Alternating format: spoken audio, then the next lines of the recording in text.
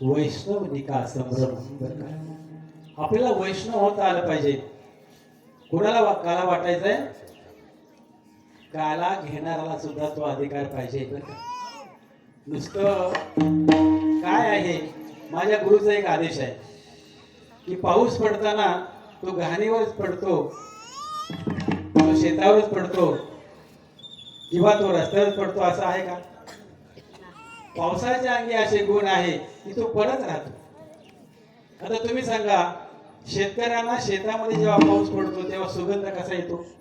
मातीचा सुगंध किती छान येतो बघा. आणि तोच पाऊस जर घाणीवर पडला तर त्याचा वास काय सुगंध येतो का? मग अशा सुगंधाचे काही माणसं असतात आणि अशा सुगंधाचे पण काही माणसं असतात. म्हणून मातीचा सुगंध घ्यावासा वाटतो नवीन पाऊस पडल्यानंतर, पण तोच पाऊस त्या घाणीवर पडल्यानंतर त्यांना तो सुगंध येतो. हा माणसाचा दोष आहे. हा दोष ज्याची त्याने तो तपासायचा आहे, ज्याची त्याने तो तपासायचा आहे. मग जे सुखी झाले त्यांना असं वाटतं की सुखी जे निभावे त्याने जग निभावे आणि अज्ञाने लावावे सन्मार्गाशी. म्हणून ते काला एकमेकाला वाटतात बरं का, आणि त्याला वैष्णव करतात. नुसतं बाह्य अंगाने कपडे घातले, बाह्य अंगाने मोठ्या माळा घातल्या, नवे नवे तो पंढरीला जातो येतो, म्हणून तो वैष्णव नाही. म्हणून तो वैष्णव नाही. त्याला जेव्हा तो अधिकार प्राप्त होतो की मी सुखी झालोय आणि जग मी सुखी करणार, ही जेव्हा तो स्वतःच्या जबाबदारी घेतो तेव्हा त्याला खरा परमार्थ कळतो, अन्यथा नाही. त्याला परमार्थ म्हणायचा. एक असं सहज सांगितलं जातं, देवामध्ये आणि राक्षसामध्ये असं सरलं, श्रेष्ठ कोण? राक्षस श्रेष्ठ का देव श्रेष्ठ? देव म्हणाले आम्ही श्रेष्ठ, राक्षस म्हणाले आम्ही श्रेष्ठ. कशावरून? तुम्ही श्रेष्ठ आहे कशावरून? एकमेकांमध्ये असं होतं का नाही? तुला काय कळतंय जास्त, तुला काय कळतंय जास्त? अरे कळतंय म्हणजे मला अनुभव आहे ना, तो प्रत्यक्षात मला अनुभव आहे म्हणून मी सांगतोय. ते म्हटलं मग ठीक आहे, तुमच्यामध्ये कोण श्रेष्ठ, तुमची परीक्षा घेतली जाईल. ते म्हणले कसली परीक्षा, कोण श्रेष्ठ आहे? म्हणले अगोदर तुम्ही जेवायला बसायचं. कोण जेवायला बसणार? राक्षस म्हणले आम्ही अगोदर जेवायला बसणार, कारण पुन्हा नाही राहिलं तर काय घ्या. पहिल्यांदा कोण बसतो जेवायला? कोण बसतो? मी राक्षसाचं म्हणतोय, नाही तर तुम्ही बसताना म्हणा आम्ही काय राक्षस आहे. राक्षस काय म्हणले, नाही राहिले तर काय घ्या, आम्ही अगोदर बसणार जेवायला. ते म्हणले बसा. मग ते म्हणले बघा जेवायला बसताना आठ आहे. काय आठ आहे? अशी लांब काठी हाताला बांधायची, इथं वाकवायचा नाही हात असा, अशी लांब काठी बांधायची पूर्ण, आणि ते तुम्ही जेवायचं. तुम्हाला फक्त 5 मिनिटं दिले जाते. आता काठी बांधलेला हात जर वळतच नाही तर हा घास तिथपर्यंत झाला, मग हा आकार कुठं पडेल? तो तोंडात पडेल का? डोळ्यात पडेल, नाकात पडेल, कुठे अंगावर पडेल? जेवण होईल काय? 5 मिनिटं संपून गेले, उठा तुमचा वेळ झाला. बरोबर म्हटले, आम्हाला जेवायला सांगितलं, असे तुम्ही कसे जेवताय बघूया. मग देव जेवायला बसले. मग देवाने काय केलं, काट्या बांधल्या, पर समोर समोर बसले बरं का. पंगत वाढणारा फक्त एक मध्ये जाईल आणि समोर बसले. बस लाडू घेतला, त्याच्या तोंडात घातला, त्याने लाडू उचलला, ह्याच्या तोंडात घातला. वाकायचंच नाही ना, सरळ आहे ना, सरळ. जिलबी घेतली त्याच्या तोंडात घातली, भासाचा घास घेतला त्याच्या तोंडात घातला, त्याने त्याच्या तोंडात घातला. 5 मिनिटात काय लगेच जेवण झालं, 5 मिनिटाच्या आतमध्ये. आणि राक्षस म्हणले बघू तरी आम्हाला आणि हरवलंय, हे कसे जेवतात ते बघूया. बघितलं तर म्हणले अरे आपलं कळलंच नाही. का कळलं नाही? तमोवृत्तीच्या माणसाला हे कळत नाही, लक्षात ठेवा. तमोवृत्ती असते की नाही, त्यांना ते कळत नाही. नुसतं असं म्हणायचं नाही, कंठी धरला कृष्ण म्हणी नाही अपवित्र ते वाणी. काय म्हणतोय मी? कंठी धरला कृष्ण म्हणी नाही अपवित्र ते वाणी. आपल्या वाणीमध्ये कधीही अपवित्रता येऊ नये, कोणालाही शाप देऊ नये, कोणालाही वाईट बोलू नये. ईश्वराने आपल्याला मुख दिले म्हणजे मुखामध्ये नाम असेल तर त्याची भाषा पवित्र आहे ना. मुखी अमृताची वाणी, मुखी अमृताची वाणी, मुखी अमृताची वाणी, मुखी अमृताची वाणी, मुखी अमृताची वाणी, मुखी अमृताची वाणी.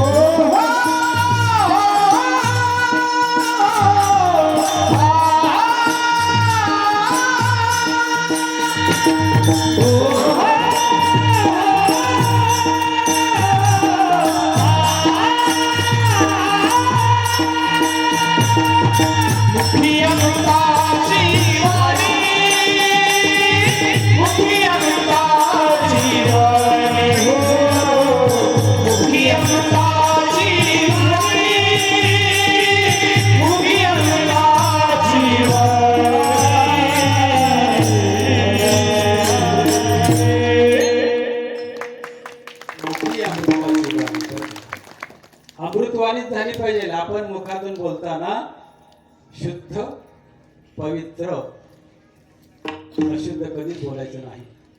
कुणालाही शाप द्यायचे नाहीत. नामाने आपली वाणी आपली वाचा पवित्र होत असते. आणि जर एखाद्याला म्हटलं तुझं वाटोळ होऊ दे आणि झालंच तर काय, अरे तुला पुत्र होऊ दे आणि पुत्र झाला, बरं का, तुमची वाणी पवित्र झाल्यानंतर तो आशीर्वाद खरा ठरतो. शापवाणी म्हणजे काय? अगोदर शापवाणी म्हणजे काय होतं? ज्याच्या मुखामध्ये अखंड नाम आहे त्याची वाणी खरीच होत होती आणि ती आजही होते. लक्षात ठेवा. रिद्धी सिद्धी प्राप्त आजही होते. पण माऊली म्हणतात रिद्धी सिद्धी नदी अवधीच उपाधी, जवत्या परमानंदी मन नाही. नामाने तुमचा देह तुमची वाणी पवित्र होते आणि त्यावर तुम्ही जर आशीर्वाद दिले तर ते खरे होतात. पण त्याकरता पुण्य खर्च होतो. बँकेत तुमचे 5 कोटी आहेत, कुणाचं घर बांधावं निघालं, कुणाला ट्रॅक्टर घ्यायचा आहे, कुणाच्या मुलाचं लग्न आहे, तुम्ही पैसे देत राहाल, पैसे संपतील की नाही? का वाढतील? संपतील की नाही? मग तुम्ही केलेलं पुण्य आहे, आशीर्वाद दिलेल्यासाठी ते पुण्य खर्ची होत असते. म्हणून रिद्धी सिद्धी निधी अवधीच उपाधी म्हणतात. मग हे करण्यासाठी आहे का? एखाद्याचं कल्याण करायचं सहजासहजी झालं, जाणून बुजून नाही. संतांच्याकडे काय पुण्य कमी होतं का? या नामाने आपल्या पायाशी लोळण घेतात रिद्धी सिद्धी. लक्षात ठेवा. काय पाहिजे तुम्हाला बोला, काय नको? हरिस्मरणाशिवाय मला काही नको देवा. हरीचं स्मरण मला राहू दे, हरीचं स्मरण मला अखंड राहू दे. ज्याच्या मुखामध्ये अखंड नाम आहे त्याला तो काला खायचा अधिकार आहे आणि त्यालाच तो काला वाटायचा अधिकार आहे. मग आपली वाणी पवित्र करायची का नाही ही ज्याची त्यांनी ठरवायचं. कुणाला का अपवित्र बोलायचं? अपवित्र बोलण्याचा अधिकार आपल्याला नाही. संतांनी सांगितलंय म्हणून संत ही वाणी आहे. संतांची वाणी पवित्र आहे. बघा ना, दुश्मनांना सुद्धा विश्वास होता. दुश्मनावर विश्वास होता. महायुद्धामध्ये ज्या वेळेला अश्वत्थामाचे वडील द्रोणाचार्य हरतच नव्हते आणि त्यांना जर नाही हरवला तर पांडवाचा मृत्यू आहे हे कृष्ण भगवंताला कळालं होतं. माझ्याकडे लक्ष द्या, क्षत्रियकडे नको. मी तर क्षत्रियकडे बघितलं पण नाही, तुम्ही तिकडे बघत होता म्हणून बघावं लागलं. माझं लक्ष तुमच्याकडे आहे. तुम्ही सुधरा, तुमचा संसार सुखी होऊ द्या. तुम्ही देव आहात हे तुम्हाला पटू द्या. कर्तव्य म्हणून संसार करा हे सांगायचंय. काय सांगत होतो सांगा बरं? कुठपर्यंत आलो मी आता? छत्री बघितल्यामुळे कळालं का मी काय बोललो ते? द्रोणाचार्यांना माहित होतं की माझा मुलगा मरणार नाही, परंतु याने पांडवांनी काय केलं ते म्हणले, कृष्ण भगवान म्हणले एक आरुळी द्या, खोटी आरुळी, खोटी बातम्या. आजही खोट्या बातम्या देणारे लोक आहेत आणि त्या खोट्या बातमीवर आपला विश्वास वाटतो. पण खरं काय तुम्हाला शोधायचं की नाही? जज केव्हा खरं ठरवतो? दोन्ही वकील ज्या वेळेला दोन्ही पार्टीचे बोलतात तेव्हा जज नुसता ऐकत असतो आणि मग तो निर्णय देतो की ही योग्य आहे का अयोग्य आहे की नाही. आजही आहे की नाही? तसं खोटी आरुळी जरी आली आपल्याला तरी आपण त्याची शहानिशा करावी. कोणत्या माणसावर विश्वास ठेवायचा त्याचं परीक्षण केलं पाहिजे. त्या पद्धतीचे वकील पाहिजे. नुकतेच आता पास झाले, वकिली पास आहे, त्यांच्याकडे तुम्ही केस घ्या, जमणार नाही त्यांना. आणि मुरलेले पाहिजे त्याला वकील, मुरलेले वकील पाहिजे, सर्व ज्ञान पाहिजे त्यांना. तेव्हा त्याचं तुम्ही खरं मानू शकता. तोपर्यंत त्या जजनी निर्णय द्यायचा नाही. तसं संतांच्या मुखातून अशी अपवित्र वाणी कधी बाहेर पडलेली नाही. म्हणून द्रोणाचार्याला तर हरवायचंय, नाहीतर पांडवाचा नाश होणार. कृष्ण भगवान म्हणले अशी आरुळी पिटवा की त्याचा मुलगा मेला म्हणून. अश्वत्थामा मेला म्हणून आरुळी द्या. आणि ती आरुळी द्रोणाचार्यापर्यंत आली. द्रोणाचार्याला माहित होतं माझा मुलगा मरू शकत नाही, तो अमर आहे, चिरंजीव आहे, तो मरू शकत नाही आणि पांडवांच्या हातून आणि कौरवाच्या हातून तो मरू शकत नाही असं त्यांना पक्की खात्री होती. पण बातमी आली अश्वत्थामा मेला म्हणून. म्हटले नाही, तुमच्यावर माझा विश्वास नाही. मग कुणाला विचारायचं? शत्रू पक्षामध्ये पांडवांचे जे मोठे बंधू होते, कोण होते पांडवांचे बंधू? हा धर्म होते युधिष्ठिर, नाव त्यांचं युधिष्ठिर होतं. धर्म आहे त्यांना धर्माने त्याला धर्म म्हणून पदवी दिली. युधिष्ठिर होते ते. आणि हे द्रोणाचार्याच्या आणि विरुद्ध पार्टीचे होते. तरी ते म्हणले मला एका माणसावर विश्वास आहे, एका माणसावर विश्वास आहे, मी त्याला विचारतो. आणि द्रोणाचार्य त्यांना विचारायला आले. युधिष्ठिर म्हणाले की देवा आता मी काय करू, मी कसं सांगू, खोटं कसं बोलू मी. ते म्हणले बघ बाबा तुम्ही असं कसं म्हणताय, बघ बाबा म्हणजे मी अश्वत्थामा मेला म्हणून सांगू कसं. अरे ते म्हणले सांग तर तू. त्या हत्तीचं नाव ठेवतो मी. काय हत्तीचं नाव ठेवतो? अश्वस्थ म्हणजे त्या हत्तीचं नाव कृष्णाने ठेवलं. आणि तो अश्वत्थामा मेला म्हणून सांग. जोरात वाजवायला सांगितलं अश्वत्थामा मेला. पण कोणता अश्वत्थामा? हत्तीचं नाव होतं अश्वत्थामा. आणि द्रोणाचार्य वाटलं त्याला त्याचा मुलगा मेला. बस त्याने अंग गळूनच पडलं, धनुष्यबाण खाली ठेवले बसला. काय सांगायचं मला, हे त्यावेळेला विरुद्ध पक्षामध्ये असणाऱ्या माणसावर सुद्धा विश्वास होता की तो खरं बोलतोय म्हणून. मग नेहमी खरं बोलावं बरं का, खोटं बोलू नये, कुणालाही शाप वाणी बोलू नये, वाईट बोलू नये, कोणाची घरं कोणाचे संसार बर्बाद करू नये. हे कोण सांगतंय आपल्याला? संत सांगतायत, लक्षात घ्या.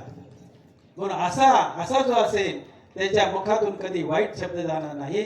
अशा माणसाला काला खायचा आणि काला वाटायचा अधिकार आहे. म्हणून या काल्याचा परिणाम काय होतो, आणखी काय परिणाम होतो, तो तिसऱ्या चरणामध्ये सांगितलाय. वाकुली या ब्रह्मादिका, वाकुली या ब्रह्मादिका, वाकुली या ब्रह्मादिका, वाकुली या ब्रह्मादिका,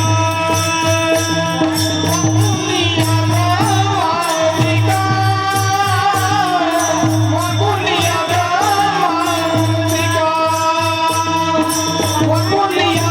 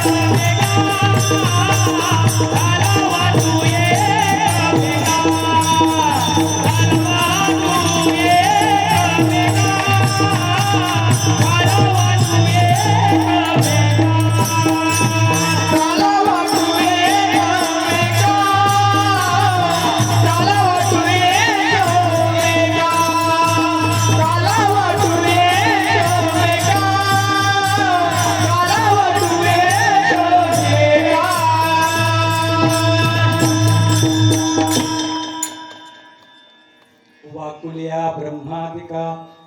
ब्रह्मादिकाला म्हणजे ब्रह्माला सुद्धा काला मिळाला नाही.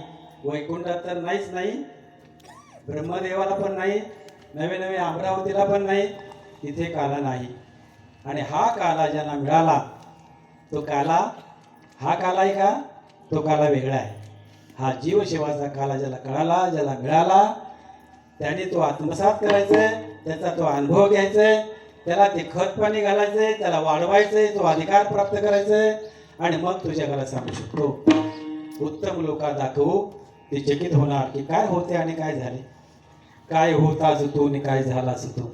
म्हणतो की नाही आपण, काय होते अगोदर, काय त्यांची परिस्थिती आर्थिक होती, आता कशी काय झाली, काय त्यांना येत नव्हतं, काय बोलतात ते, असं वाटतं त्यांच्याजवळ जाऊन ऐकत बसावं. किती शांत स्वभाव आहे, किती माया आहे त्यांच्याकडे.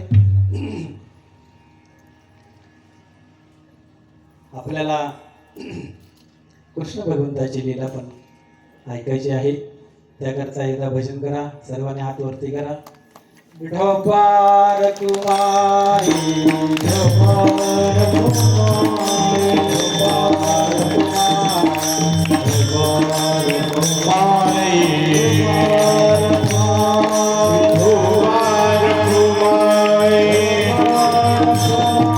विठोबार कुमारी, राधिका